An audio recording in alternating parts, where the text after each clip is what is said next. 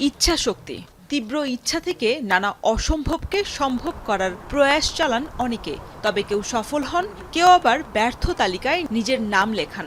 আবার হার না মানা লোকের সংখ্যাও কম নয়। এমনই একজন প্লাউটার্কাস।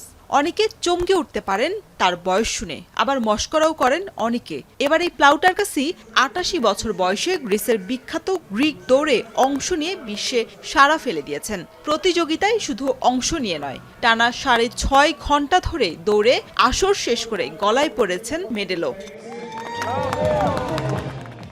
ম্যারাথন দৌড়ের উত্থান অ্যাথেন্স শহরে, সেখানে বেড়ে ওঠেন প্লাউটার্কাস। সাধারণ জীবন অতিবাহিত করা এই দৌড়বিদের ম্যারাথনের প্রতি আগ্রহ তৈরি হয় ৭৩ বছর বয়সে। তার ছেলেকে দেখে নিজ বাড়ি কাস্তুরিয়ায় ধীরে ধীরে দৌড়ের মাত্রা বাড়ান প্লাউটার্কাস। Μ' αρέσει πολύ το τρέξιμο, μ' αρέσει να βαδίζω και μ' αρέσει γιατί κάνω καλό στον εαυτό μου. Δίνω και παράδειγμα στους μικρότερους και μεγαλύτερους να μπορούν να τρέχουν.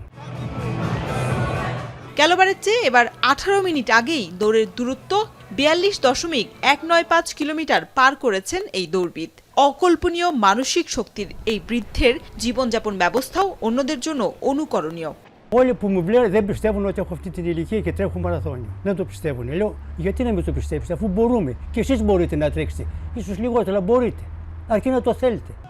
তরুণ সমাজের জন্য এমন অসাধারণ দৃষ্টান্ত স্থাপন করা ৮৮ বছরের এই বৃদ্ধ দৌড়াতে চান জীবনের শেষ মুহূর্ত পর্যন্ত।